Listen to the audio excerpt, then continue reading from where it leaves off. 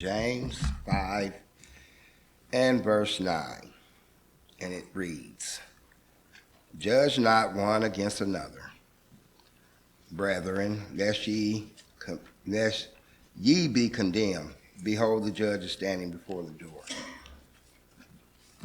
We're going to talk about that word grudge and some of the similar words that accompany it. First of all, grudge, be reluctant to give, feeling of ill will. The verb is begrudge or resent. A noun is a persistent of ill will or resentment resulting from a past insult or injury. Similar synonyms of the name grudge is grievance, bitterness, displeasure, bad feelings, dislike, enmity, animosity, and a chip on one's shoulder. There were many more words to go with that, but those are the ones I liked. A command not to have grudge, not one against another. And in the last part of that verse it says, Behold, the judge standeth before the door. Do not keep on groaning against each other. The verb denotes fretfulness, impatience with others, the disposition to blame others for one's distress.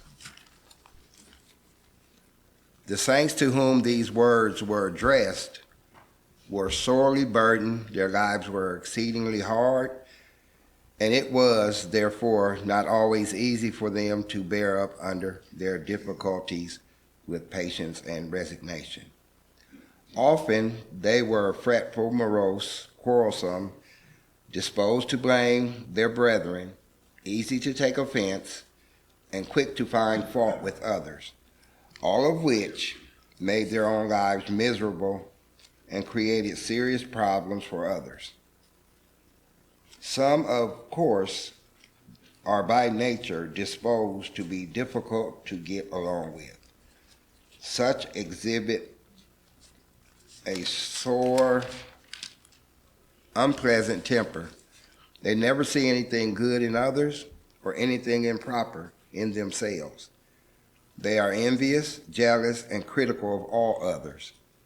Their attitude is wholly foreign to the Spirit of Christ and is repeatedly condemned in the Scriptures, as Matthew 7:1, Luke 3:14, Philippians 4:11, and Hebrews 13:5.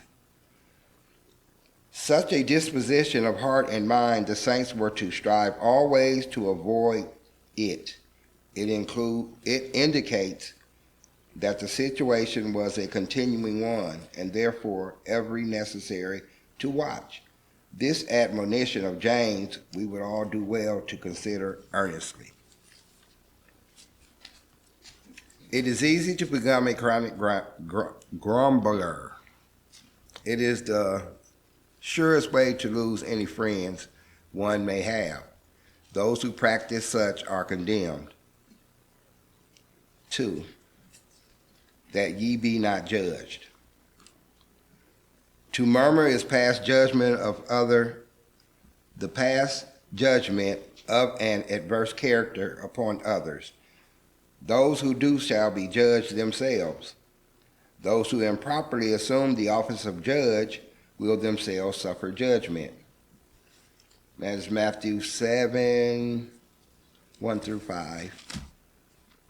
And it reads here, talking about judging and hypocrisy. Judge not that ye be not judged.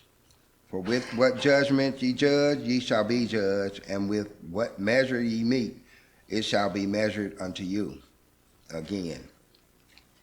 And why beholdest thou the mote that is in thy brother's eye, but considerest not the beam that is in thine own eye? Or how wilt thou say to thy brother, Let me pull out the mote out of thine eye, and behold, a beam is in thine own eye?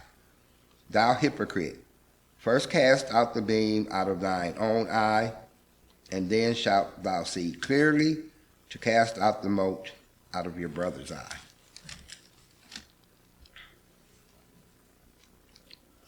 Number 3 on this. Behold, the judge standeth before the door. And that was the last part of that scripture.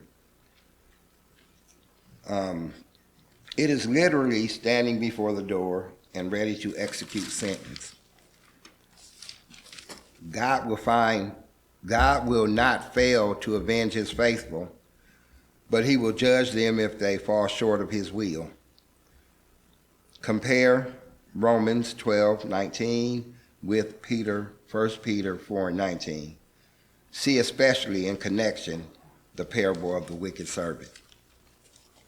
From what I see and what I've learned about begrudging, and sometimes some of these things fall into our categories, maybe.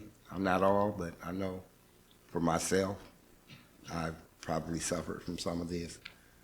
But I will say is what James saying, we do not need this mindset in our hearts or in our minds. We shouldn't have that against our brothers and sisters, and you really shouldn't have that for yourself.